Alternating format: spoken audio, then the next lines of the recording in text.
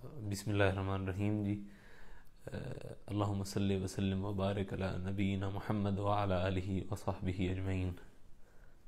معزز سامعین، آج جو ایک مسئلہ سمجھ لیں، ایک موضوع سمجھ لیں، وہ لے کر آپ کی خدمت میں حاضر ہوا ہوں. کافی عرصے کے بعد ایک کوئی ویڈیو جو سمجھیں کہ میری تجویز ویڈیو کی صورت میں پیش کر رہا ہوں. اکثر میں تحریر آج پر اس پر زور دے رہا ہوں آج کل، تحریر پر، اور تقریر جو ہے وہ خاصی کم ہو گئی ہے. خیر، آج کا جو موضوع تھا وہ تھوڑا سا اس قسم کا تھا کہ میں تھک گیا تھا لکھ کے. پھر میں نے سوچا کہ نہیں، ویژول باتیں کرتے.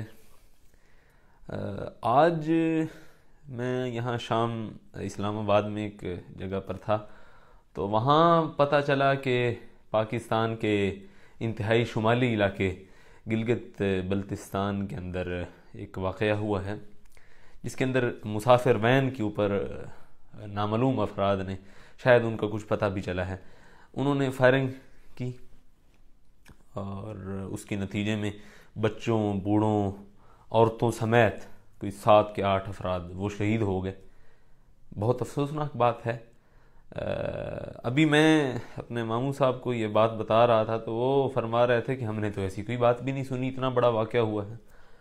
تو یہ میڈیا فیلئر بھی ہے قسم کا کہ کوئی یہ چونکہ کسی اداکارہ کی کوئی سالگرہ نہیں تھی، یہ ان کی کوئی جو ہے ان کی فوتگی نہیں تھی، جس کی وجہ سے ہیڈ لائنز میں یہ نہیں آ سکی یہ بات. یہ عام لوگ تھے، یہ سادہ شریف سے لوگ تھے، اور گلگت بلتستان جیسے ایک دور دراز علاقے سے تھے، اس لیے ان کو کوئی کوریج نہیں ملی. خیر، یہ میرا موضوع نہیں ہے. میرا موضوع یہ ہے کہ میں نے جو اس کے متعلق بات چیت کی ہے اپنے گلگت کے دوستوں سے، وہ کہتے ہیں کہ یہ فرقہ وارانہ قسم کی واردات ہے. تو اللہ کرے ایسا نہ ہو، ابھی تک انویسٹیگیشن ہوں گی. لیکن کل شور کوٹ کے اندر ایک واقعہ ہوا ہے جی، کل ہوا ہے کہ پرسوں ہوا ہے، یا اس سے پہلے ہوا ہے، مجھے نہیں معلوم، لیکن اس کی ویڈیو آئی ہے کہ ایک شخص نے ایک آدمی کو کلہاڑیوں کے وار سے ذبح کر دیا، اس کا گردن کاٹ دی. جی مسئلہ کیا ہے جی؟ اس نے جی کوئی ہمارے عقیدے کے مخالف بات کی ہے، اس پر ہمیں ناگوار گزری ہے یہ بات. ٹھیک ہے، تو جو میں بات کرنا چاہ رہا تھا وہ یہ تھی کہ ہم 21ویں صدی میں بھائی جان آ گئے ہیں. ہم دین محمدی صلی اللہ علیہ وسلم کی روح سے اور مزید کتنا دور جائیں گے؟ ہم اپنوں کا کب تک جو ہے وہ خون بہاتے رہیں گے؟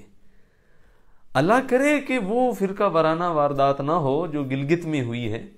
لیکن ہمیں پتہ ہے، وی نو کہ بغداد کا ڈکلائن جو ہوا 7ویں صدی ہجری کے اندر ہلاکو خان کے وہ کیا کہتے ہیں ہاتھوں، فال آف بغداد ہوا.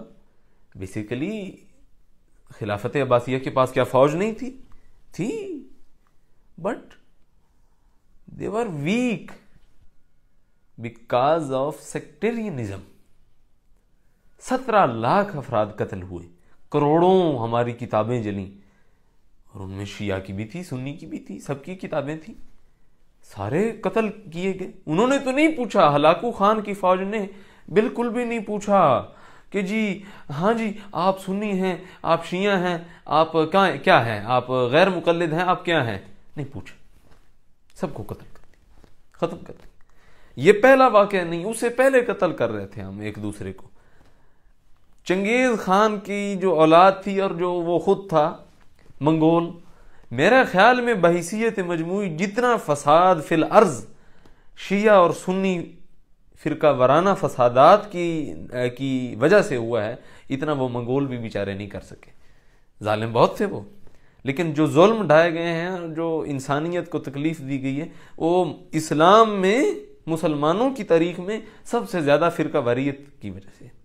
میں دوبارہ کہہ رہا ہوں، ہو سکتا ہے کہ وہ واقعہ جو ہوا ہے، مجھے اس پر کوئی اشتعال نہیں آیا بیٹھا، مجھے اس پر کوئی اشتعال نہیں ہے، ہو سکتا ہے کہ وہ کسی اور وجہ سے ہو، یا وہاں کے ایک جو رسمی حکومتی ایک ترجمان ہیں انہوں نے فوراً جناب وہ ایک بیان بھی جاری کر دیا ہے، جس طرح ہم کرتے ہیں کہ جی بہت مذمت کرتے ہیں ہم، جی بہت اس کی مذمت کرتے ہیں، جی یہ جو ہے نا یہ کوئی گھریلو واقعہ ہے جی، لا علمی، without any investigation, without any research, declaim it.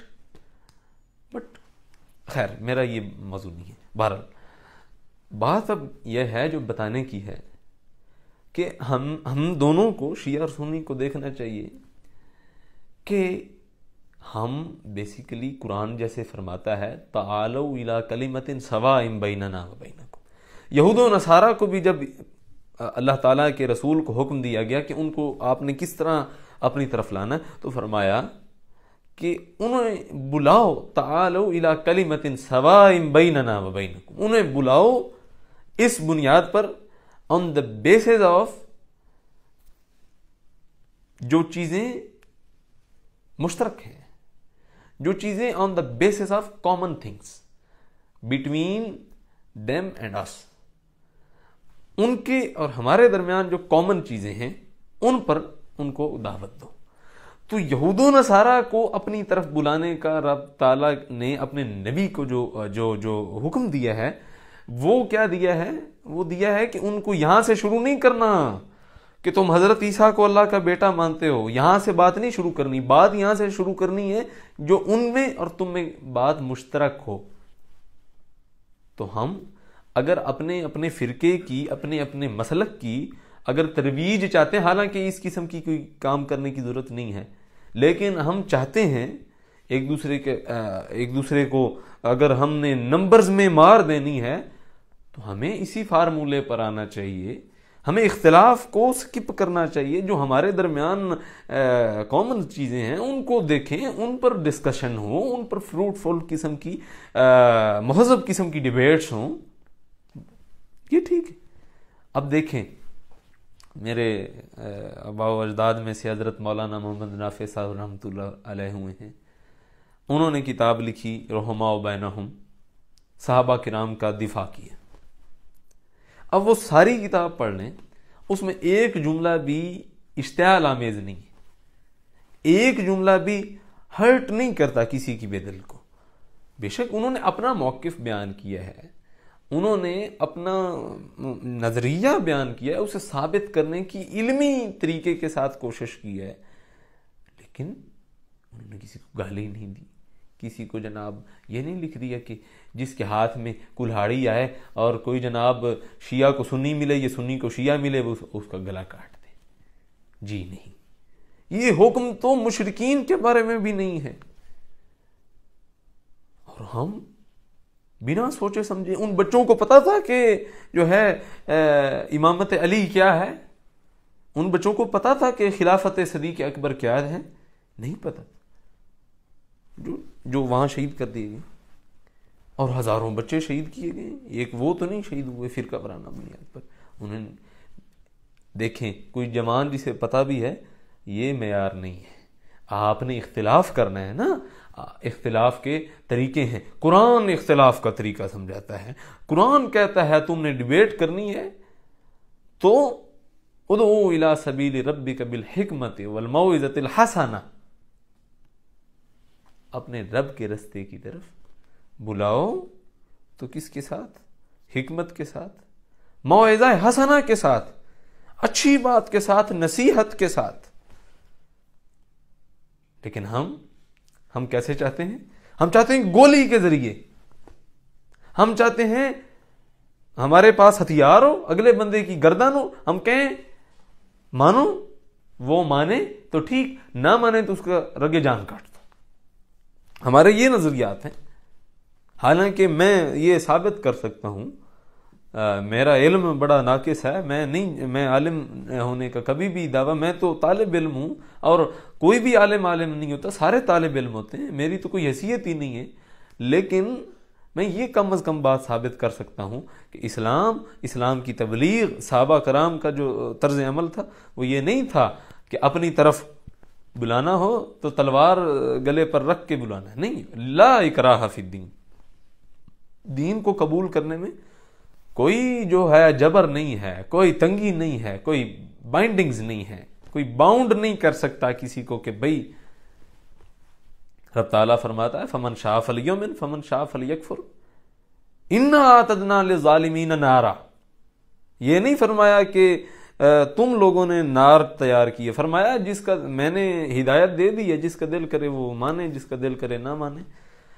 اب اس کو سزا کس نے دینی ہے؟ انا اعتدنا، ہم نے تیار کیا ہے، تمہارے کام کا نہیں ہے لوگوں، یہ تمہارا فرض نہیں ہے کہ تم شروع کر دو. باقی رہ گئی بات توہین صحابہ کی، توہین رسالت کی.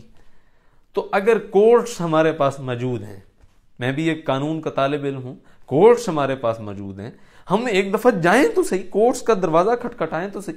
جو ہم نے سوسائٹی پر برڈن ڈالنا ہے وہ برڈن کورٹس پر ڈالیں. وہ جو ہے وہ بات جو آپ اپنی بات منوانا چاہتے ہیں کورٹس کے ذریعے منوائیں نا. وہ اب سوال کوئی کرے گا جی وہ یہ جی کسی کو کبھی سزا نہیں ہوئی. میرے بھائی سزا نہیں ہوئی نا تو ریفارمز کرنے کی ضرورت ہے. اگر سر میں درد ہے تو پیناڈول لیں، کوئی سر درد دور کرنے والی دوائی لیں. سر کو کاٹیں تو نہ نا یار، سر میں درد ہے نا، سر کو کیوں کاٹتے؟ سر کو یہ درد کو صحیح کریں. ٹھیک ہے، جو ڈرا بیکس ہیں، جو ویکیومز ہیں، جو فلاز ہیں، انہیں بھرنے کی کوشش کریں، انہیں جوڑنے کی کوشش کریں لیگل طریقے کے ساتھ، قانونی طریقے کے ساتھ، جو ہماری ذمہ داری ہے، جو ہمارا فرض ہے. یہ تو کوئی بات نہیں ہے نا کہ جو آئے، جس کے ہاتھ میں ہتھیار آئے، جس کے بازو میں طاقت ہے، وہ جناب خود قاضی بن جائے اور یہ وہ کر دے.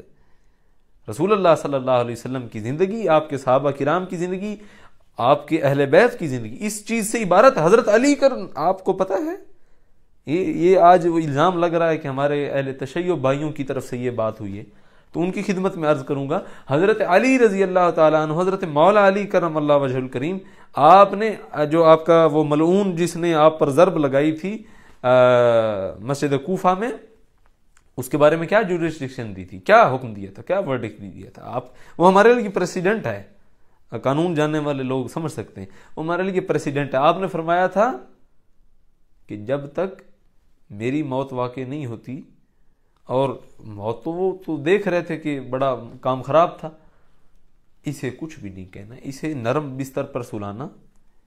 اگر اللہ کریم کی خاطر و اللہ کریم کی رضا سے بچ جاؤں تو اس کا قتل جو ہے نا حق نہ ہو. ایسا در آج ہم کیا کرتے ہیں، ہم کیا، اور تھرو پراپر وہ جوڈیشل سسٹم اس کے ذریعے ہوا تھا، وہ ہم کیا کرتے ہیں، بس کوئی نام لے صحیح، بس اس کے اختلاف جو سن نہیں سکتا اٹ مینز وہ جھوٹا ہے. میں اپنے اہل سنت بھائیوں سے بھی عرض کروں گا، حضرت عثمان کا کیا رویہ تھا بلوائیوں کے ساتھ، جنہوں نے مدینہ تو نبی کی حرمت کو پامال کیا تھا. آج ہم اسے کسی اور کانٹیکسٹ میں دیکھتے ہیں، لیکن وہ رویہ ہر معاملے میں قابل تقلید ہے. اگر صحابہ کرام کا ہم دفاع کرتے ہیں تو اٹ مینز کہ we must follow their precedents, their verdicts, their examples, practical examples, we must follow them. میں بات لمبی نہیں کرنا چاہ رہا تھا، لیکن یہ آج میں نے سوچا کہ کوئی احباب کی بارگاہ میں عرض کروں کہ ہم کس طرف چل پڑیں. یہ کوئی پتھر کا دور ہے، یہ تو اسلام کی ضیاء پاشیوں کا دور ہونا چاہیے تھا. اسلام نے جو سورج طلوع کیا تھا، ہم نے اس کے سامنے فرقہ واریت کی فیکٹریوں سے دھواں نکال کر اس کے سامنے بادل پھیلا دیے. وہ اب بندے کو پتہ ہی نہیں ہے کہ جی کون سا فرقہ صحیح ہے اور کون سا فرقہ نہیں صحیح. وہ بھائی جو بھی ہے، جو بھی فالو کر رہا ہے، آپ کا اس کے ساتھ اختلاف ہے، آپ لکھیں، آپ بولیں انداز کے ساتھ، اپنے شائستگی کے ساتھ، اپنے موعظہ حسنہ کے ساتھ جو قرآن نے حکم دیا ہے. اگر آپ سمجھتے ہیں کہ آپ کا فرقہ، آپ کا رستہ، آپ کا جو ہے وہ جو منہاج ہے، آپ کا جو منہج ہے، وہ اکارڈنگ ٹو قرآن اینڈ سنہ ہے اور وہی وے آف گاڈ ہے، دین جو گاڈ نے آپ کو بتایا ہے کہ کس طرح اپنے رستے کی طرف لانا ہے، تو موعظہ حسنہ کے ساتھ، حکمت کے ساتھ، تدریج کے ساتھ، محبت کے ساتھ لے کر آئیں. گولیوں سے کوئی نزدیک نہیں آئے گا. نوجوان نسل مذہب سے کیوں نفرت کر رہی ہے؟ مذہب میں کوئی بحیثیت مجموعی کوئی بحیثیت مجموعی بھی بحیثیت انفرادی بھی کوئی برائی نہیں ہے، مذہب نے کہیں بھی نہیں کہا. قرآن تو کہتا ہے کہ انسان کا قتل کرنا انسانیت کے قتل کے برابر ہے. تو یہ تو بہت سوچنے کی بات ہے. بہرحال ہمیں جو ہمارے دین کے جو اپنے آپ کو ذمہ دار سمجھتے ہیں، میں ان کی بارگاہ میں میری ان کے سامنے کوئی حیثیت نہیں ہے. میں بالکل ایک عام سا آدمی ہوں. میرا کوئی بھی علماء کے ساتھ کوئی جھگڑا نہیں ہے کوئی، اور شاید ابھی کمنٹس پر مجھ پر بھی یالہ باری گولہ باری شروع ہو جائے، لیکن میں گولہ باری کو جو ہے کوئی سمجھتا نہیں ہوں، چونکہ نہ ہی ہمارے بزرگوں نے، نہ ہمارے اسلاف نے، نہ ہی ہمارے نبی نے تنقید کو گالی نہیں سمجھا. ہاں کوئی گستاخی کرتا ہے تو اسے پھر سمجھانا چاہیے. تنقید means criticism means to argue. یہ نہیں ہے کہ وہ کوئی جناب آپ کے نقطہ نظر 1+1 جو ہے وہ 2 ہیں، تو کوئی اگر کہتا ہے کہ 1+1 برابر ہیں 3 کے، آپ کہیں اپنی دلیل لے کر آئیں. یہ نہ کہنا کہ جی بس اب جو ہے نا آپ اسے پھانسی دے دو جی سے. نہیں.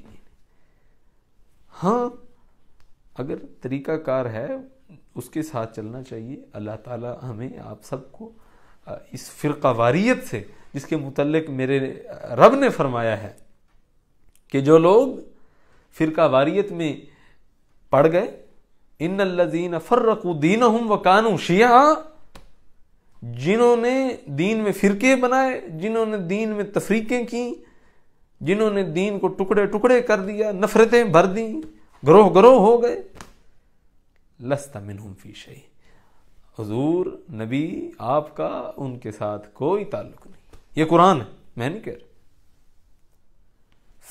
فقہی مذاہب کا ہونا، فقہی اختلافات کا ہونا، it doesn't means کہ it is sectarianism. It is humbly and lovingly arguments and only اختلاف. یہ اختلاف ہے، علمی اختلاف ہے. ٹھیک ہے، تو اس لیے میں عرض کروں گا تمام احباب سے کہ ہمیں چاہیے کہ ہم علمی اختلاف کی طرف جائیں. اگر ہم ڈیبیٹ میں جانا چاہتے ہیں تو ڈیبیٹ کی بھی ہمارے سامنے موجود ہیں، مناقشات ہمارے پاس موجود ہیں جو اسلاف نے کیے ہیں آپس میں. امام ابن حجر اور امام بدر الدین عینی کا آپس میں ایک بہت مشہور فتح الباری اور عمدۃ القاری کے اوپر ایک بڑا ایک مزیدار قسم کے مناقشات ہیں.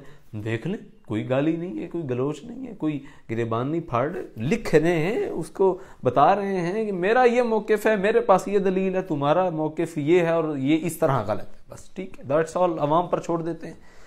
یہ نہیں کہا کہ وہ کافر ہے یہ میں نہیں. اللہ تعالی ہمیں اس بات کو سمجھنے کی اور اس بات پر عمل کرنے کی توفیق عطا فرمائے. بہت شکریہ جی. وآخر دعوانا الحمدللہ.